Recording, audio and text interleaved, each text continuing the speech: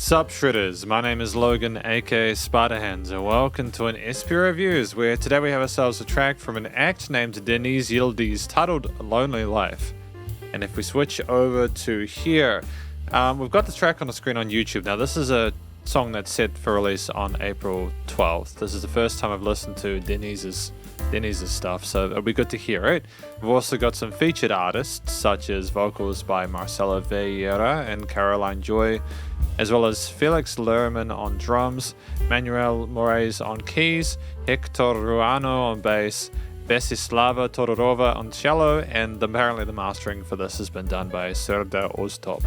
But without further ado, we're going to listen through this track from start till finish, and we're going to hear what we think. Let's go!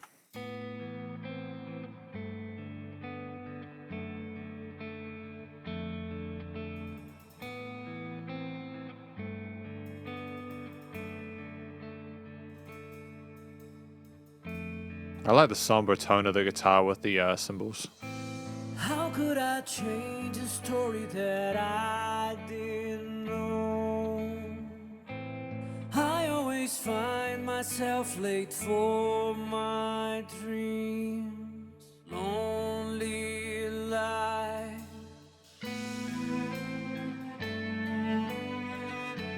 Great alternate lead with the cello there.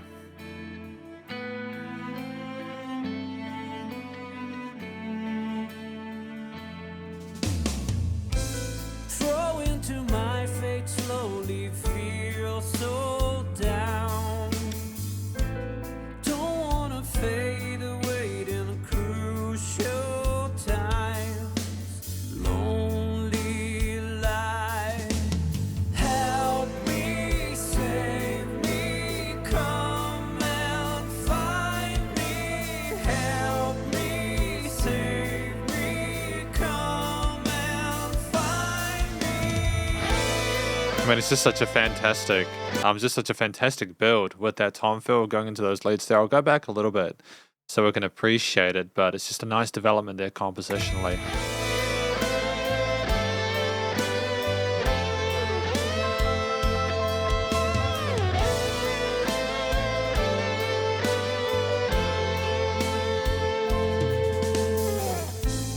Approaching life with a positive mind.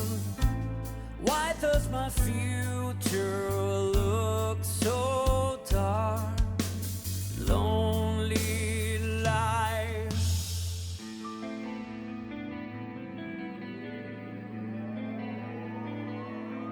And risers.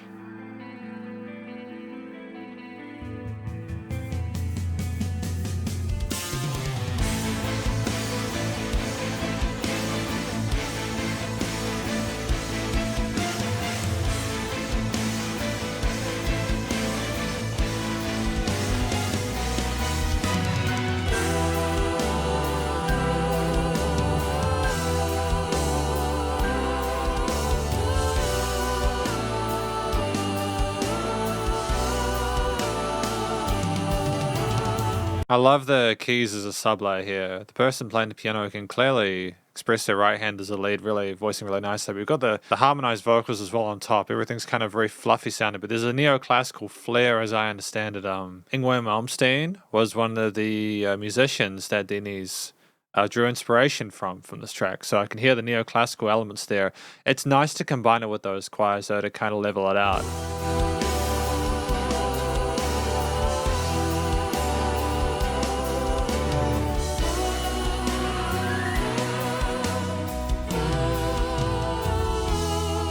Oh, major resolution.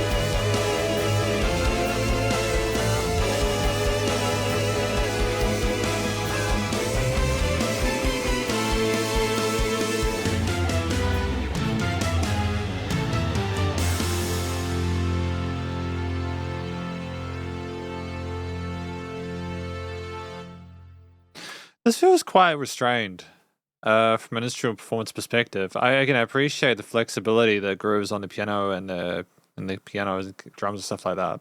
Yeah, I've just had to listen through the rest of the track again, just like parts of it to sort of feel things out. Because I think we're going to talk about it more in the conclusion. There's some comments I want to make on the track in general. They're not negative ones, but it's just things I feel as if we could have done to add to this track, purely as a subjective basis, I suppose.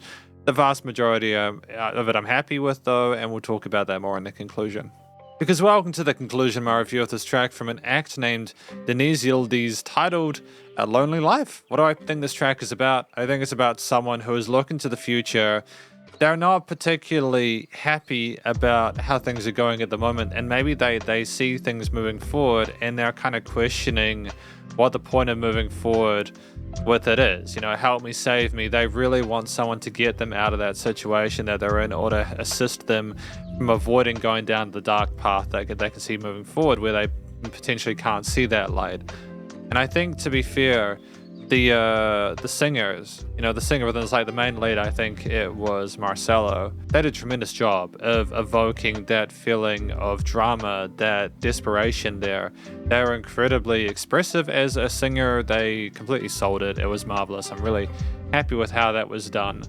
I feel as if I need to give this a higher score than usual because I feel as if technically it was incredibly proficient. It suited the mood really well. So this is for me why, like, I'm doing a song ranking for this track, as you can see down below. That's why the vocals scored so high there. I think that they really made the most of that platform there. The backing vocals that we had later on there were wonderfully sort of like round and full of life and vigor there. We had this kind of quiet, not operatic, but like very dramatic, sort of like, it was like an end of the world kind of moment there. There was a lot of vigor and passion behind it.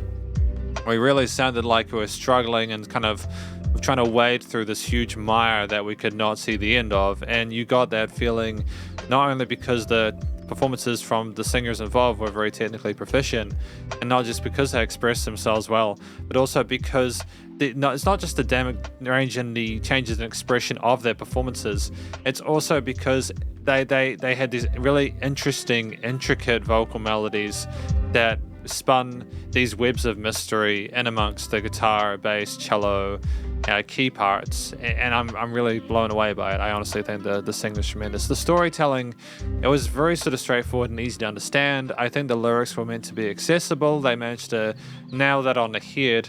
I don't think they're having more of a mystery or like kind of nuance to it would have necessarily benefited the experience. So in that regard, it's very well done. And going up to a head voice, the falsetto for that final section there was an absolute masterstroke there. I have a lot of love for that. I think they did tremendously well going up to that range and making the most of it.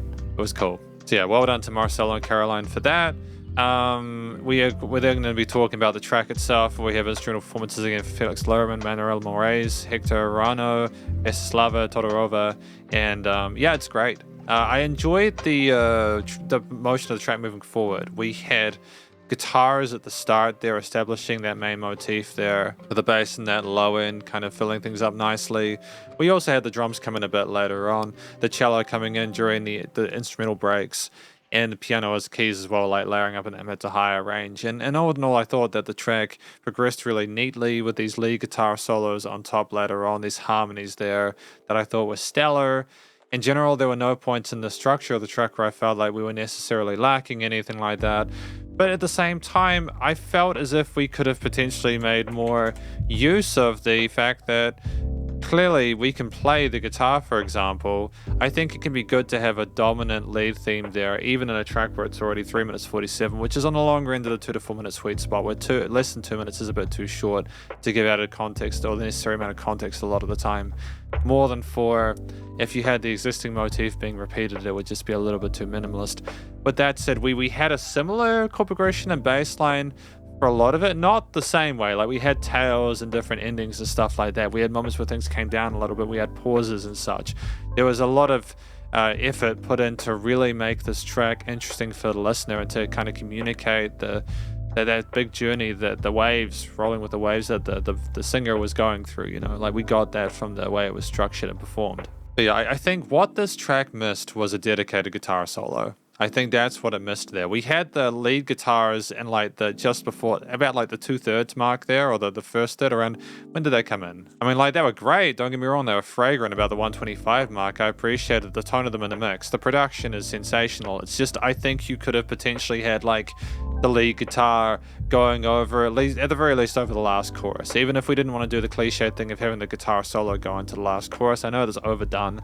And I can also appreciate the fact that if we can play, we might want to sort of pocket to allow more space for the vocalist to be in there. I understand that that's cool. It's just that I'm looking at it from the perspective of someone who is kind of attention deficit, and I kind of need more, because I'm greedy, right, as a music reviewer. So I think that if having made we could have made more use of those guitar solos, or lead guitars. And I mean, I know we had some near the end. I've just checked the end of the track there. We went up to the higher range there. I felt as if we could have had more of a kind of a character to the lead guitar there, more kind of definition in, not just as a support device for some of those falsetto parts on the vocals, but to kind of have its own unique kind of perspective. Like we had the alternate lead of the strings earlier on the cello, which was great, you know. And then we had the keys again as well, further in the mix there on the right hand twinkling around. Because if I talk about a few of the instruments for a moment, I thought that the guitars, the arpeggios and sort of string skip parts there, the way we were picking those chords and the cleaner riffs earlier on with the reverb tails on them were really pretty sounding. We weren't just playing traditional major or minor. I think we might have had some suspended or some extensions there. It was very mature sounding. There was a sense of sophistication, even though there was a minor lean to the harmonies. And the way that the bass was there at the start with the vocals coming on top eventually, it was very kind of somber sounding. The drums added a bit of oomph coming in with some of those kind of the 8th, 16th note grooves there with some interesting triplet fills and transitions, but the drums pocketed for quite a lot of the time. We had some crazy fills, don't get me wrong, the guy could clearly play on the kit. We also knew to kind of keep things relatively, we wanted to allow space for the other elements within the arrangement. But the bass being nice and full-bodied though, and typically revolving around the root notes of the chord progressions, and the keys, when they came in, were nice and twinkling and sparkling on the right side, kind of working between scale shapes and melodies, working between the modes and scales of the chords present within the arrangement in there, acting as a sub-layer, not being too present in the mix, both from like a production perspective, but also from a range perspective. Like the vocals were huge like the vocals were present in a lot of those parts there. And again, the guitars and everything else at that point, things were fairly stacked in the mid to high range. But there was dynamic range to this song as well. Things were not the same loudness all the time. Things went up and down, which I appreciate. There was the thing you were not allowed to be bored as a listener within this track.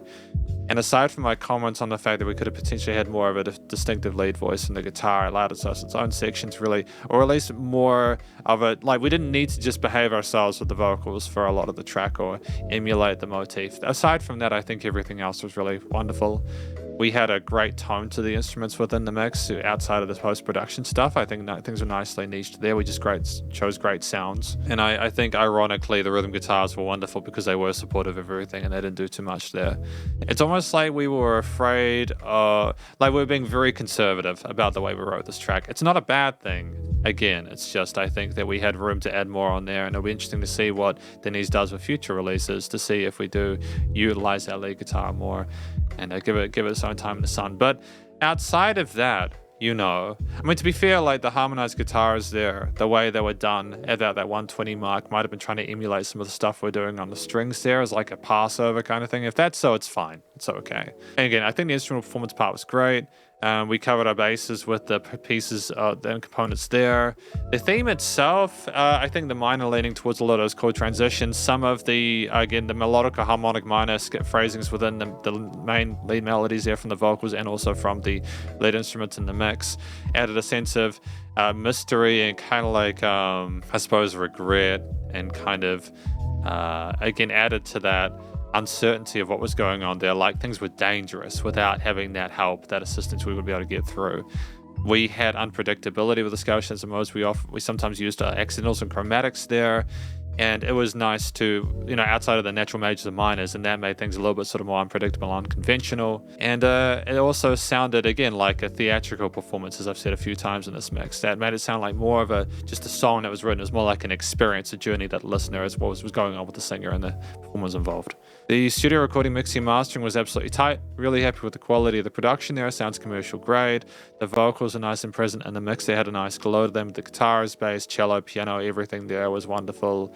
Nice and fragrant. Things were stacked nicely in the frequency spectrum with no resonant frequencies. Things are nice and wide in the stereo field. The music surrounded you in the headphones. The leveling stuff was good. There was dynamic range. Things were not glued too tightly. Instruments had room to breathe. And yeah, it was nice and loud without pumping, so the bus compression and limiting was handled. I mean, effectively, this is my review of this track from an act named Deniz Yildiz, titled Lonely Life, and hopefully you enjoyed it. All right, final thing. I think Lonely Life is basically commenting that he doesn't want it to go through all of this alone. That's basically it. I don't think I said that in the intro or the conclusion, but I think it's basically that's it. He's scared about having to do this alone. He wants someone to be there with him to help him out. I think that's something that a lot of people can relate to. But anyways, cheers. Thanks for watching this review. If you enjoyed it, please do go check out this track from Deniz Yildiz via their various social medias, and I'm sure this will be on all digital streaming platforms. And stay cool and stay safe, and please remember to support your local musicians and artists at this point in time. As they help more than ever with all the crazy stuff going on in the world, and I'll catch you in the next review. Spiderhands out.